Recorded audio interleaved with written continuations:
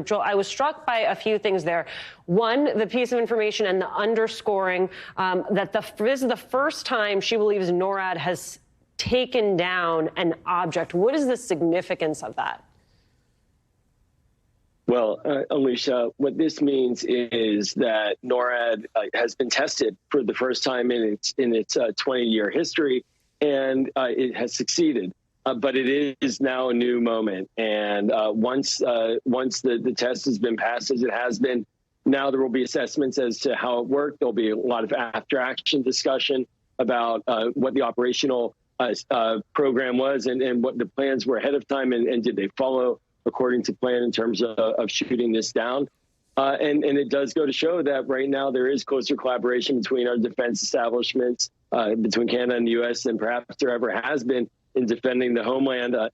Brings up a lot of interesting dynamics and questions about cooperation between the United States and Canada going forward as well, and how integrated our two countries should be. But it really is a pivot point for our defense relationship with Canada.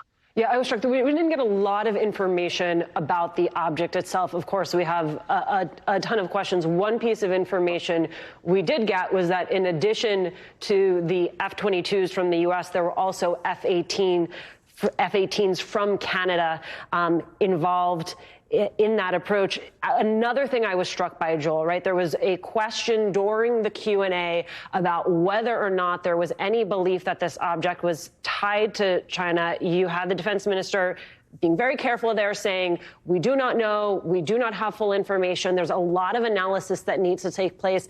I wonder if you, Joel, can walk us through what that analysis looks like, right? They now have debris. They're going to examine it. How do they begin the assessment? I imagine it has already begun, of the place of origin of this object.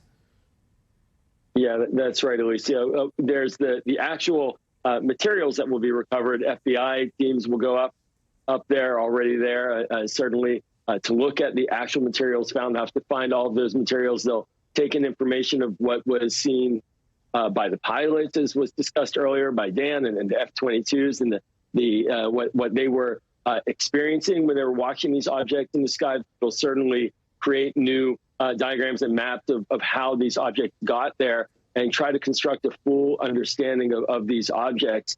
And, you know, of course, the big $64,000 question is, where did it come from? And hopefully gathering this information, this intel, will build up that idea. And I think it just demonstrates the strong, responsible nature right now that we're seeing with this defense minister and with our president, in going slow in terms of ensuring that we're getting the information right, but not going slow in terms of defending our country and our homeland, and certainly Canadian territory as well, but being very responsible in understanding that the facts have to be there first before conclusions can be provided. And the intelligence community ultimately will give a type of assessment of a varying degree of confidence that they'll provide to the National Security Council and the president to then decide how they want to communicate that publicly. Joel Rubin, as always, I appreciate that you watched and then popped back on with us to give us your expert analysis. Thank you so much for your time with us.